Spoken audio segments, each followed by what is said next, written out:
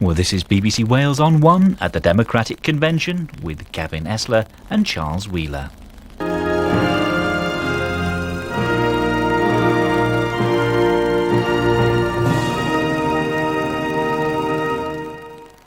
Good evening, this is Gavin Esler welcoming you to the Democratic Party National Convention from Chicago, Illinois, where the local time is 7 p.m. You're looking at Howard Dean, who's the governor of Vermont, who's talking about healthcare.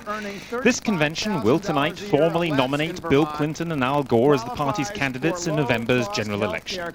It's the first Democratic convention since 1980 to re-nominate a sitting president, and that year Jimmy Carter lost. The two big speakers tonight will be Vice President Gore, who may well be planning his own run for the presidency in the year 2000, and the Democratic Party chairman, Senator Chris Dodd, who will make the speech officially nominating Mr. Clinton. It's also the first Democratic convention in Chicago since the fiasco of 1968, when Mayor Richard Daley's police and demonstrators fought over the Vietnam War.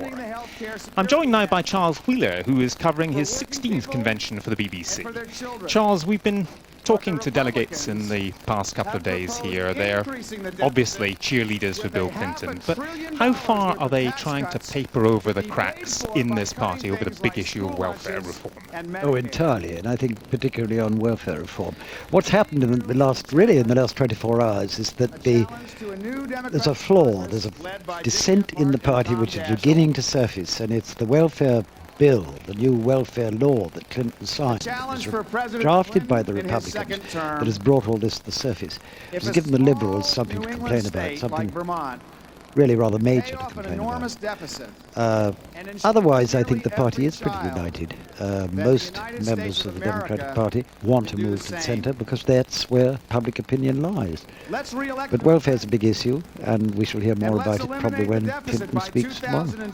We'll also be hearing from Congresswoman Maxine Waters from Los Angeles. She represents Watts, which is a very poor neighborhood of South Central LA. She is one of those who has grave reservations about the welfare bill. She's on the liberal wing of the party. It is a very, very big issue among black delegates particularly, isn't it? Yeah, she's an interesting woman. She is the representative. She's the MP, in effect, for one of the most troubled ghettos in the country. Watts blew up in the 60s. Watts blew up again in the 90s, second time. Maxine Waters is a product of Watts. She comes from there. She runs a training centre in Watts for the jobless, the unemployed, the low-wage people, and so on. And Clinton went to her training centre and made promises. One of those promises was that people wouldn't be taken off welfare without being given some kind of training for a job. Jobs would be provided. If they were not available in the private sector, they would be available in the public sector. And that vital assurance has disappeared because it was not in the Republican draft of the bill, and Clinton did not insist it should be inserted before he signed it, and that's a major issue. Well, Governor Howard Dean of Vermont just winding up his speech on healthcare. Now we're going to hear from Senator Kent Conrad of North Dakota, who is going to be talking about the budget. Again, a very big issue here because President Clinton is trying to work with the Republicans to balance the budget by the year 2002. Let's hear what Senator Conrad has to say. Good evening. I'm Senator Kent Conrad of North Dakota.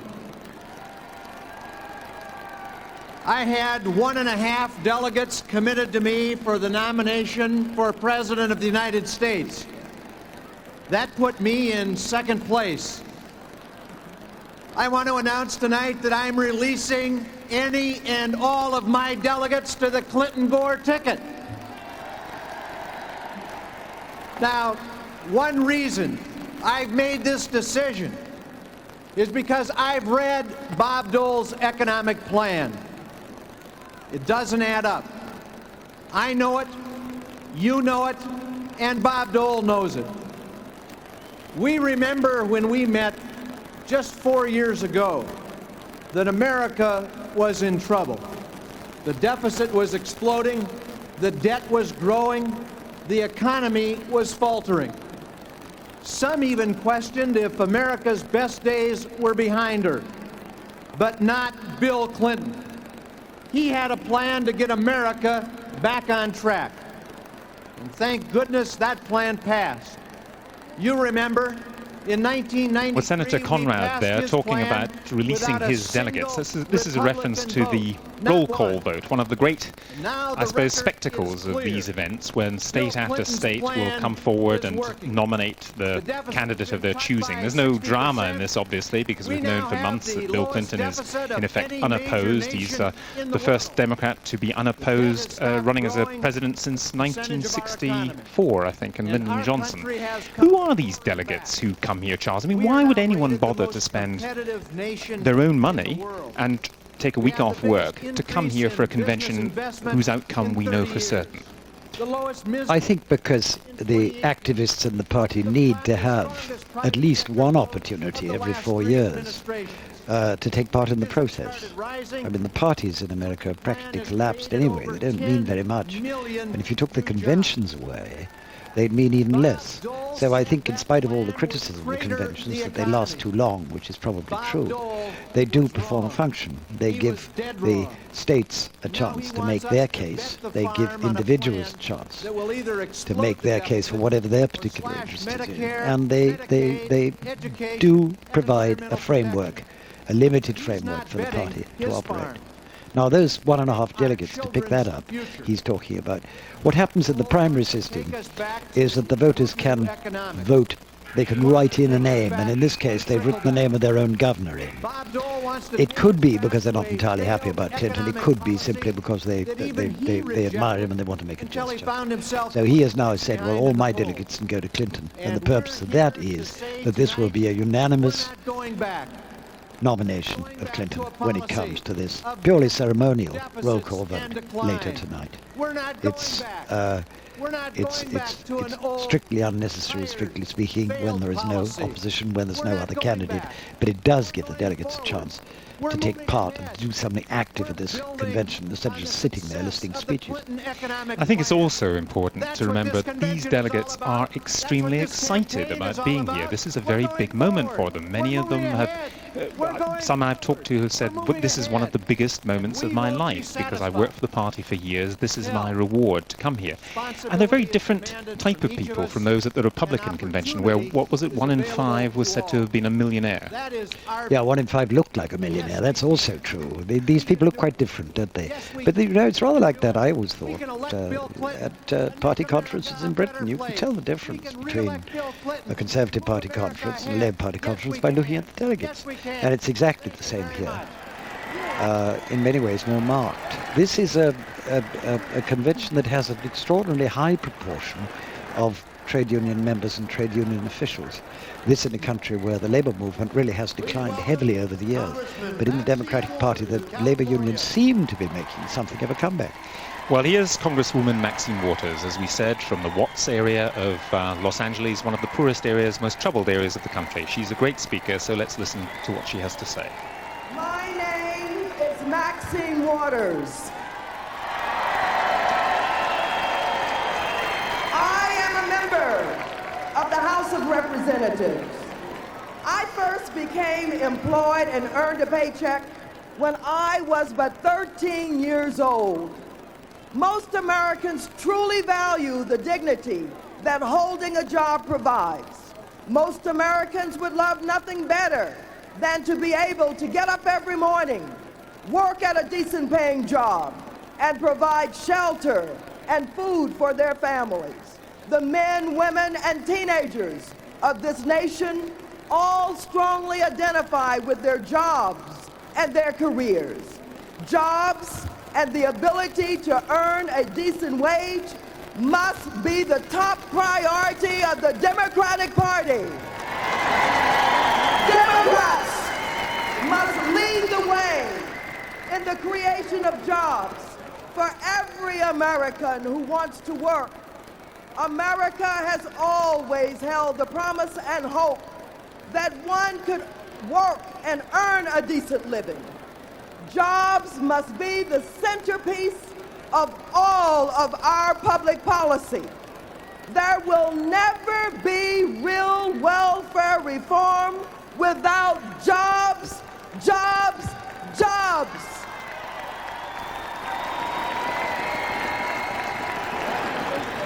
As I travel across America's cities, young Black and Latino males hanging on corners with nothing to do, nowhere to go, nothing to hope for, always ask, Mrs. Waters, can you help me find a job?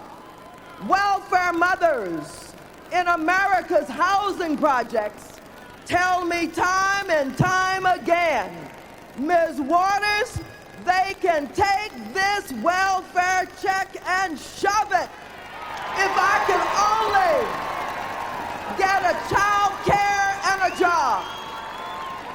When I was growing up in St. Louis, Missouri, my mother needed the help of government. She was assisted by welfare. My mother was able to feed and house her children because of the compassion of her government. I will never forget from whence I came. Government invested in me through welfare, and I stand before you as a United States Congresswoman today.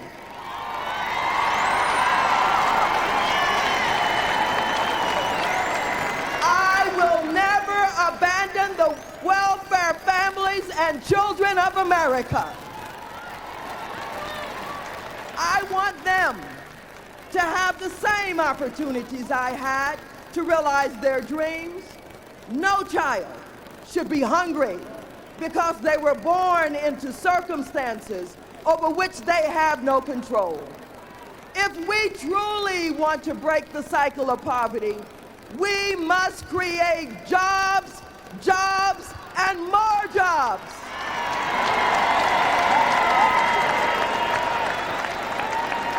Mr. President, I am going to work as hard as I can for your re-election and the election of Democrats to the United States House and the United States Senate. Mr. President, I am going to ask welfare mothers and unemployed fathers and youth to re-elect you, President, and to boot Newt.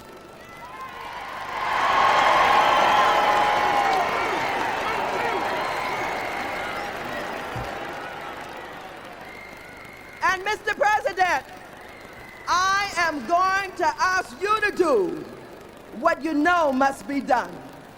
Let's correct this welfare bill you just signed and provide the leadership for true welfare reforms with jobs, jobs as the centerpiece and the real possibility of independence for welfare families who truly want a better life.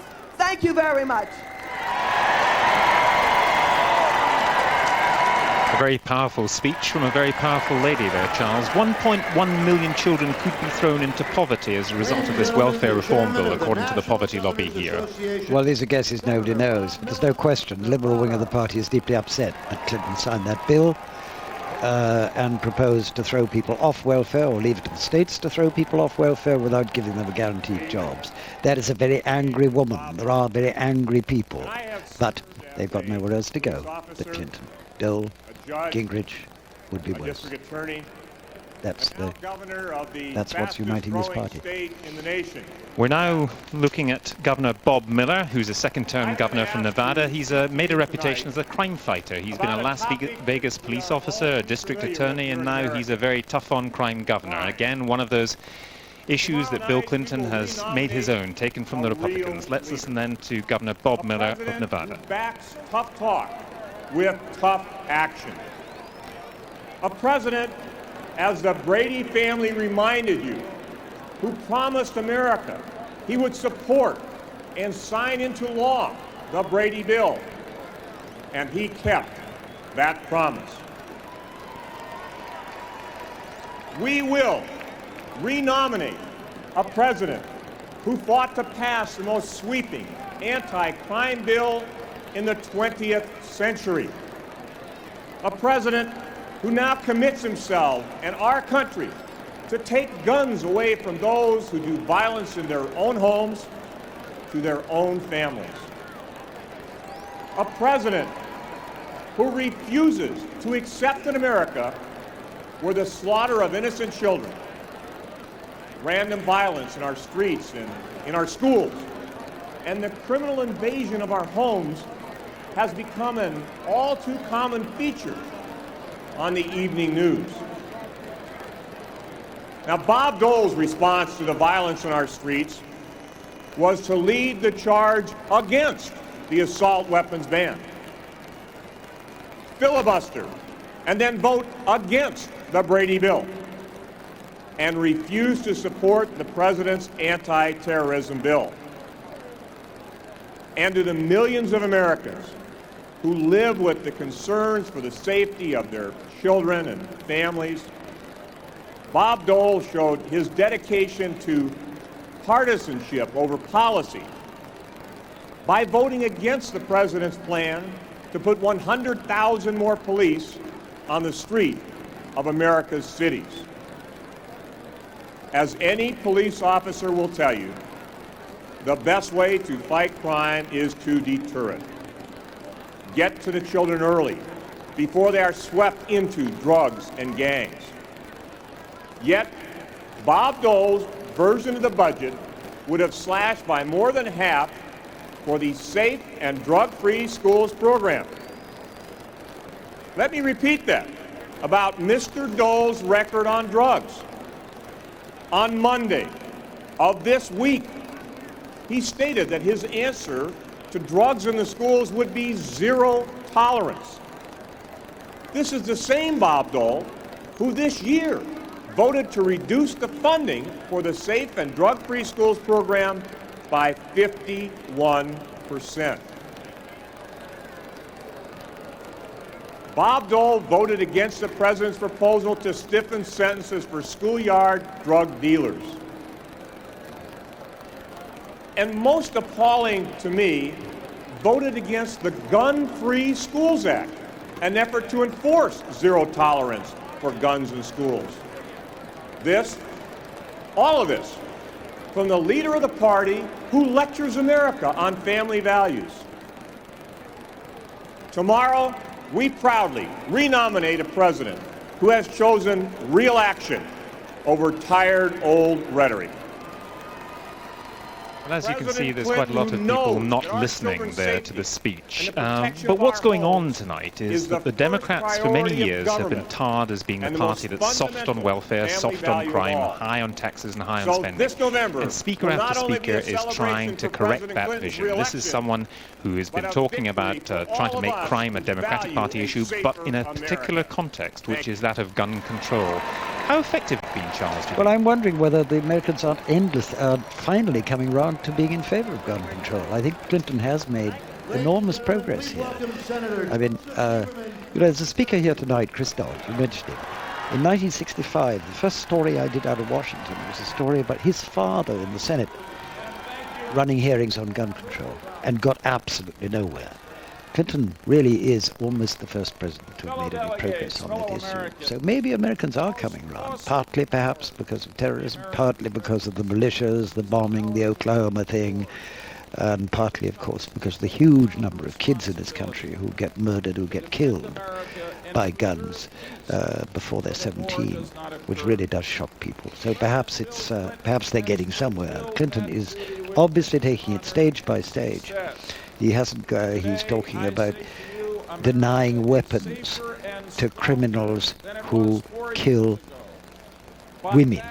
This kind of detail is quite extraordinary, that you have to single out killing women as something that is especially heinous crime. You'd think that you would say, well, let's deny guns to anybody who's had a sentence for a crime of violence.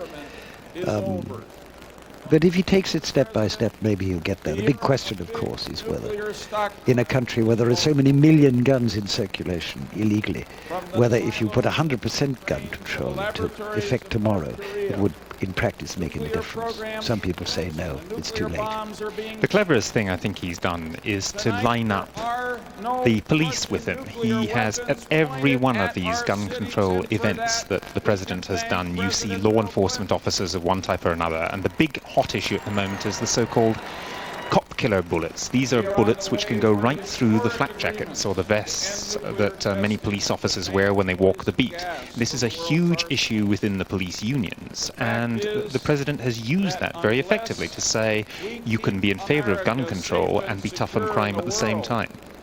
In this very city last year, in the Robert Taylor Homes, one of the notorious public housing projects that's where the gangs are very active.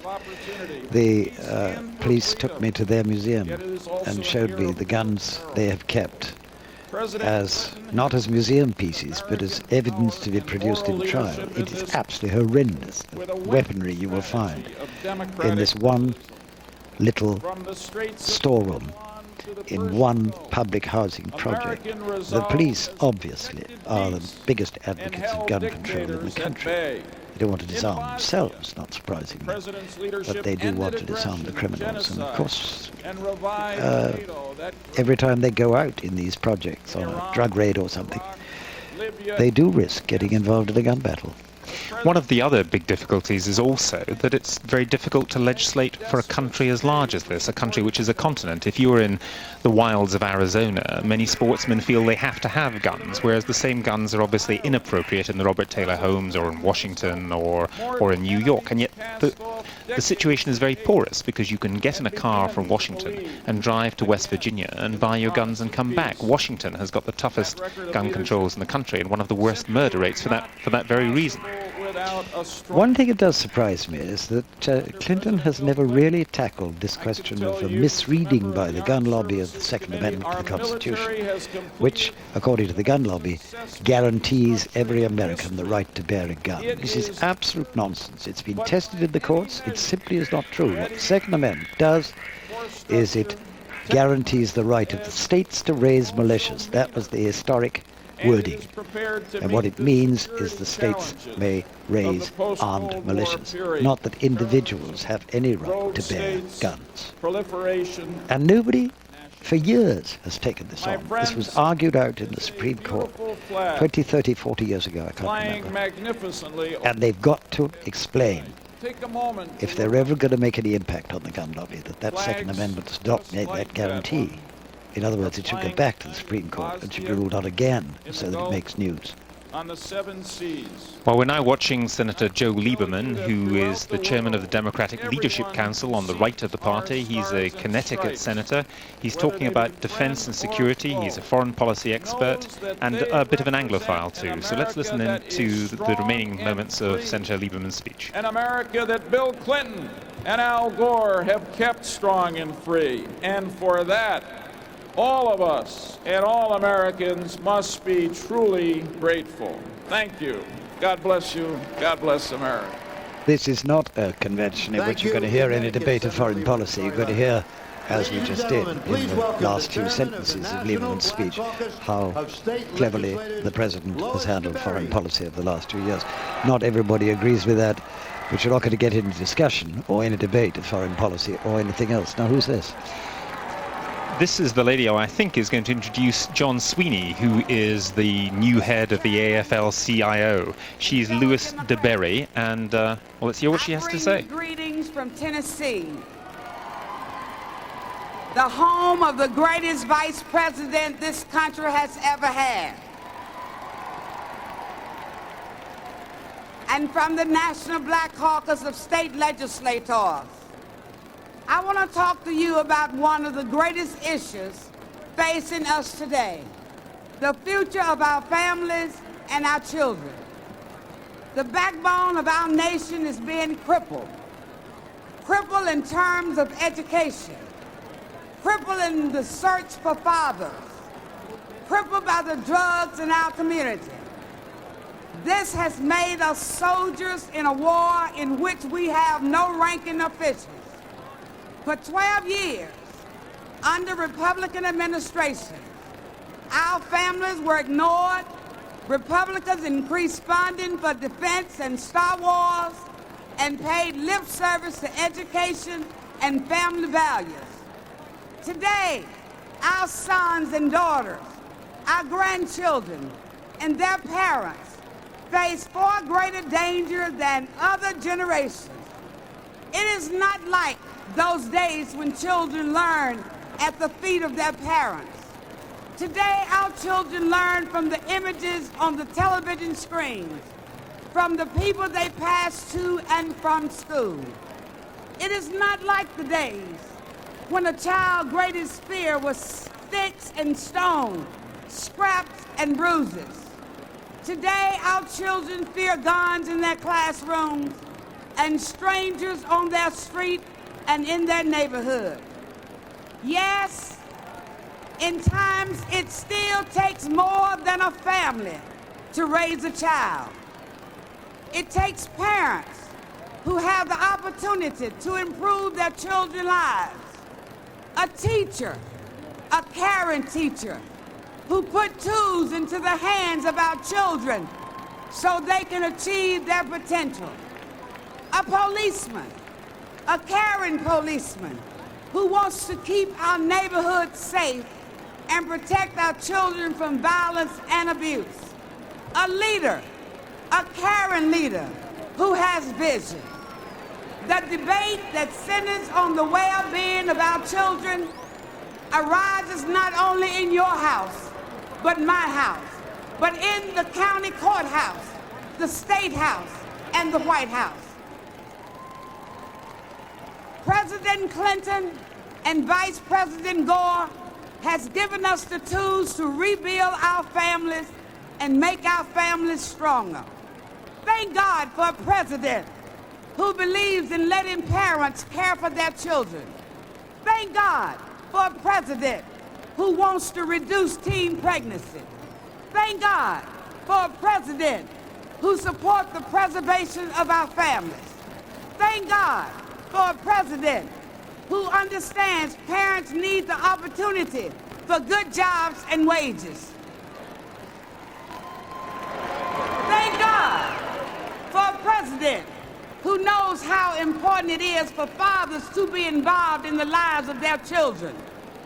Thank God for a president and a vice president who works to make our families strong.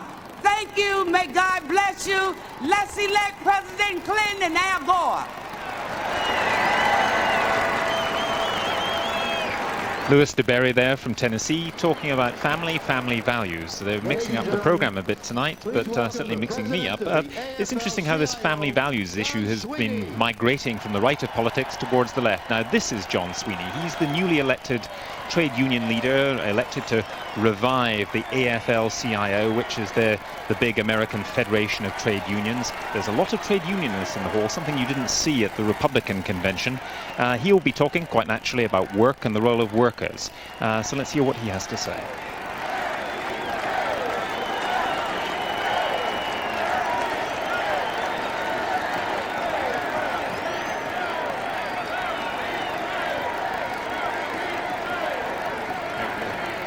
Thank you. Thank you.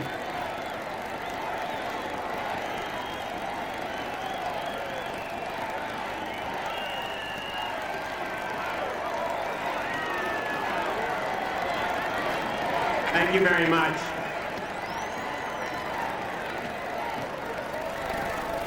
Thank you, thank you.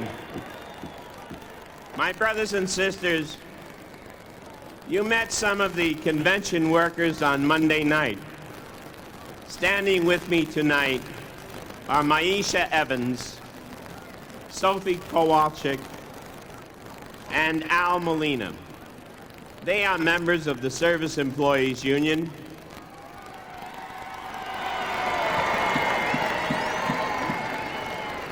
And they represent the cleaners, ushers, vendors, and parking attendants here at United Center.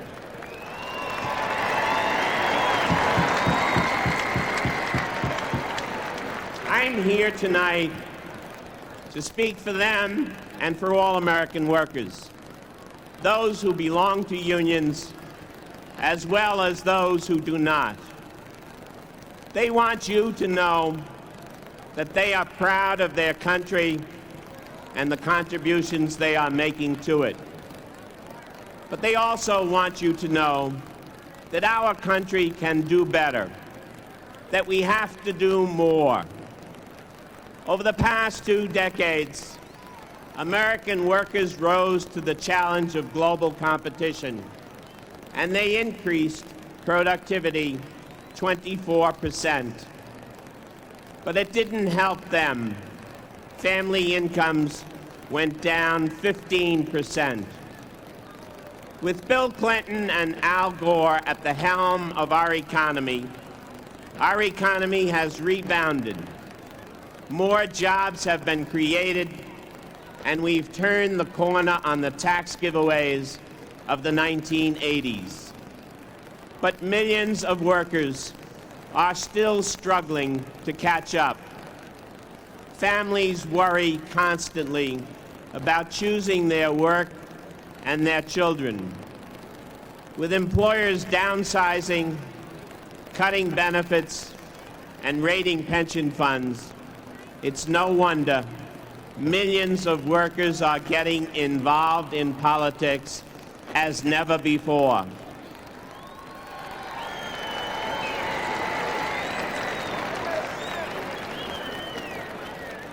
What do working families want? They don't want to run the Congress or the White House or the political parties. They want to be compensated and respected for the contributions they make. They want to send their children to decent schools. They want to go to a safe workplace every day. They want a doctor when they need one, a little rest when they are weary, and a pension after a lifetime of work. What do working families want of their unions? This is John Sweeney of the AFL-CIO, a trade unionist who's supposed to be reviving the trade union movement here. Charles, do you think that the Labour movement, the association with the Labour movement, is an advantage for the Democrats or a disadvantage? No, I think it is an advantage. They want us to stick to the issues. The Democrats used to depend on these various constituencies, the coalition that Roosevelt put together, and Labour's an indispensable part of that. You could equally well, I suppose, say, are the blacks an advantage or a disadvantage to the party in a country that is becoming, many say, more racist than it was, say, in the 60s? No, I think they have to have Labour. Apart from anything else, of course, Labour in this election is raising a huge amount of money. I don't know where they get it from, but they obviously have it, presumably union contributions, and they're putting a lot of money into advertising, they're putting a lot of money into doorstepping, and very much an important part of the campaign. They have a grassroots reach that the Republicans may not have. I don't think it'll necessarily be decisive in this election, but it's certainly useful. Interestingly, he's not the fiery orator, is he, that Walter Reuter used to be, the old AFL-CIO leadership, the men who used to have access to Kennedy and Johnson, who played a major role in dictating party policy. I can't see Clinton inviting this man to the White House, for example, and sitting down and seriously discussing the needs of Labour. That's going to be done in conjunction with White House advisors, pollsters, and everybody else. So here he is. He's having his 10 minutes at the convention, but I don't think he's any longer a political force. I think that's the interesting point, that he is getting his 10 minutes of fame, but he's not getting his 10 minutes during the prime time when the big audiences will come. And when they have used union members, it has been the members, rank and file people who have appeared. There was one fellow the other night who appeared on the first night of the convention from Michigan, and he said, President Clinton has created 10 million new jobs in the past 4 years, and mine was one of them. And that was much more effective, I think, than this kind of oratory, I suppose. Yes, I think that's perfectly true. You talk about prime time there. It's interesting, isn't it? Prime time last night was for the President's First Lady talking about families, about her daughter's tonsil operation.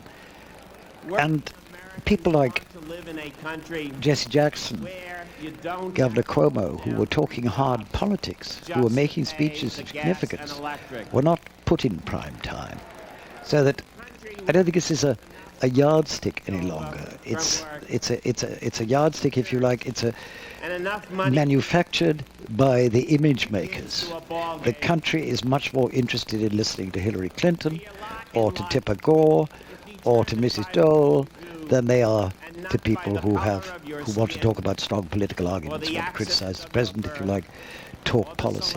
That is the degeneration of conventions, if you like. And this is why the networks are giving the conventions far less and less time, down from gavel-to-gavel coverage a few years ago to a 1 hour a night.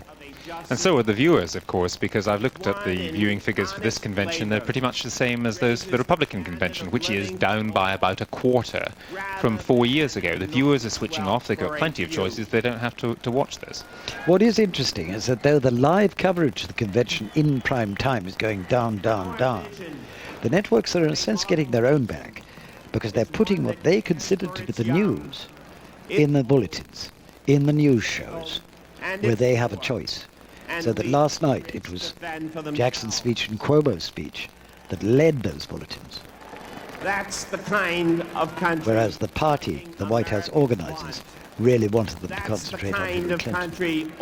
So there is still that much independence. And the viewers who ignore the live broadcasts and go for the news will get, one hopes, reasonably accurate coverage, reasonably independent coverage of the convention. God bless American workers. Thank you. John Sweeney there, the Labour leader, winding up his speech. Now, later tonight, we're going to see a parade of very powerful Democratic women, including 2 senators from California, one of whom will be talking about gun control. We'll have the local senator from here, Carol Moseley Braun, the first African-American to be elected to the Senate. And now this is Governor Roy Romer of Colorado, who is going to be speaking about education.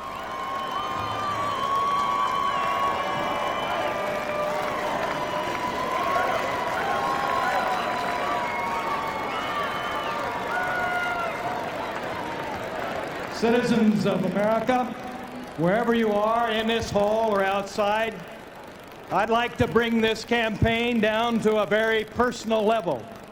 I ask you to stop what you're doing and look deeply in the eyes of a child. Ask this question: what will make the most difference in that child's life? The answer is education. Education in the form of opportunity to grow, to learn, to experiment, to explore, to express, to understand, to know what to value, to know what beauty is, to know how to sort out what's true and what's false. This is the greatest gift we can give to all of our children. But we have a role to play, all of us, as parents, grandparents, employers, teachers, coaches, students, as citizens. But one of the most important roles to play is that of the President of the United States. He, more than any other person in this country, can call a nation to action to move forward on this most important agenda, education. In Bill Clinton, we have that president. I know him well. He cares deeply about expanding the educational opportunities for all Americans, regardless of their race or their income or where they live or where they're born. The commitment of Bill Clinton and Al Gore is clear and unwavering. No administration in our history can boast of a stronger record for education than this team. Expanded Head Start. They help to fix crumbling buildings and connect our schools and libraries to the information superhighway.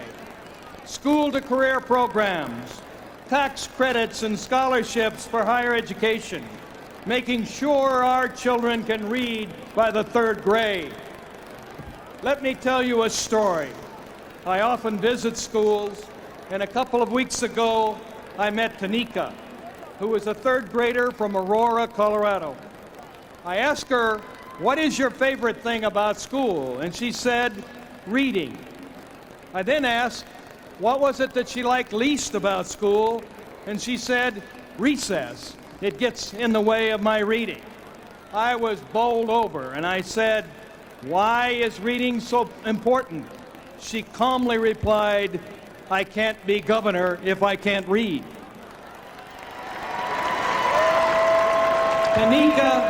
Tanika has it right.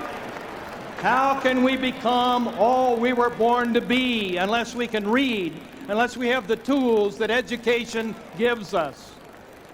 Sure, we need communities where children are safe, where health care is available when they're sick. We need communities where parents have good jobs and grandparents have medical care. But these things alone will not build a great nation. Only education can do that. Education can lift us up. It can raise our sights. It can make us reach for the best that's within us as a people, as a community, as a nation whose greatness is yet to come. I tell you, the next step we need to take toward that greatness is re-electing Bill Clinton president and Al Gore vice president of these United States. Thank you very much.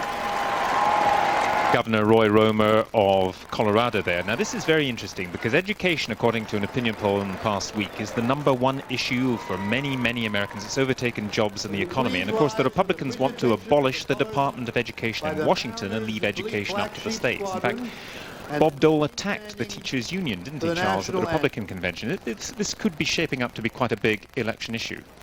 Yeah, it's also, I mean, it's part of the issue. The emphasis on education, I think, is part of the uncertainty in American society.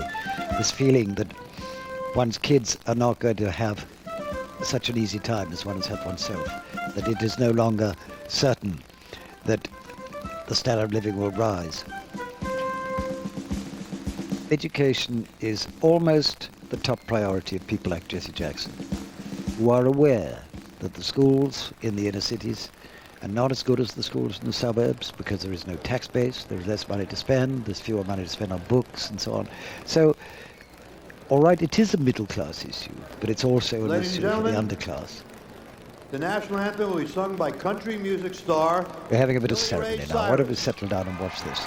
This is the national anthem sung by Billy Ray Cyrus, who's well known here as the country and western singer who had a big hit with Achy Breaky Heart. So this is the national anthem, Billy Ray Cyrus. Cyrus is accompanied on the stage with his father, Ron Cyrus, an alternate delegate from Kentucky, and an officer of the Kentucky AFL-CIO. Thank you very much. I want to, first of all, express what an honor and a privilege it is to be with you here tonight on this historic night, and to be a part of this great democratic process which makes America the greatest place to live in the world.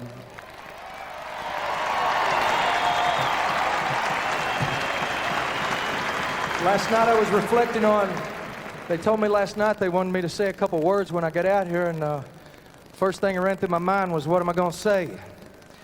And me and my little boy was sitting up on the hill building a fire last night, and he's 2.5 years old, and like daddies will do, I've gotten the habit of saying, "Who's daddy's boy?"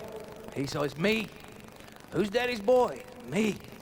My mind started reflecting back to when I was a little boy growing up back in Flatwoods, Kentucky, and my dad used to say to me, "Who's daddy's Democrat?" I'd jump up and say, "Me."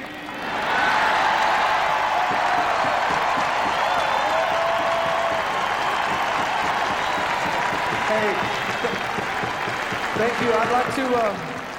I'd like to dedicate this evening to my dad. My dad has spent the last 21 years in the Kentucky State House of Representatives because he believes in working for working people, for farmers. He believes in health care, good schools. Dad, thank you for all your hard work for the state of Kentucky. I love you. I'm very proud of you.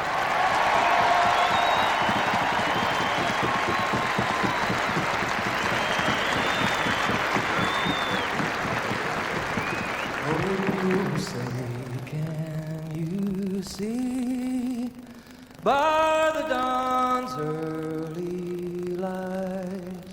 what so proudly we hailed at the twilight's last gleaming, whose broad stripes and bright stars through the perilous fight for the ramparts we watched were so gallantly streaming, and the rocket's red glare, the bombs bursting in air, gave proof through the night that our flag was still there.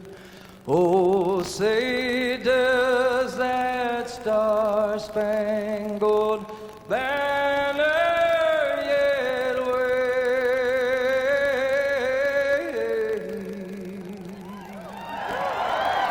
for the land of the free and the home of the brave?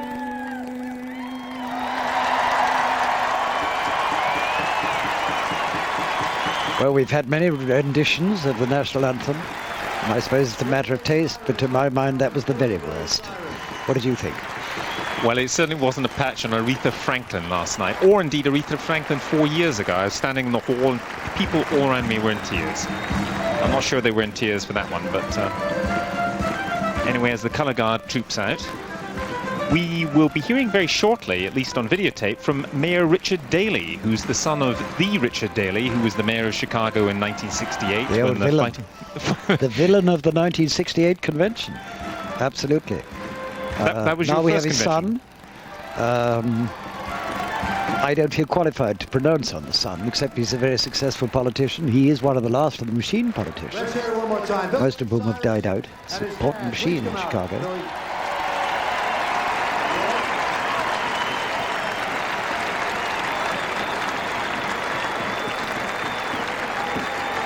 No idea who that is.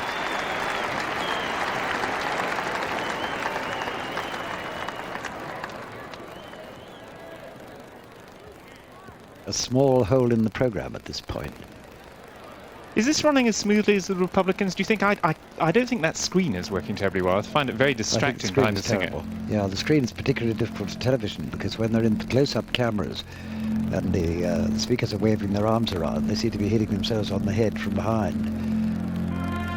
We're now going into something called Chicago Suite. Well, I can hear Aaron Copland's fanfare for the common man. No, perhaps not. I don't know what this is exactly, but it's one of the many made-for-TV moments for these conventions, which, frankly, leave me rather cold. I don't know about you.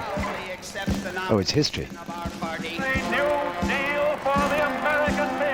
Well, Chicago, of course, is the most popular place to hold conventions in American history. Fellow delegates, I give you the man from Livingsville. The Democratic Party is the People's Party.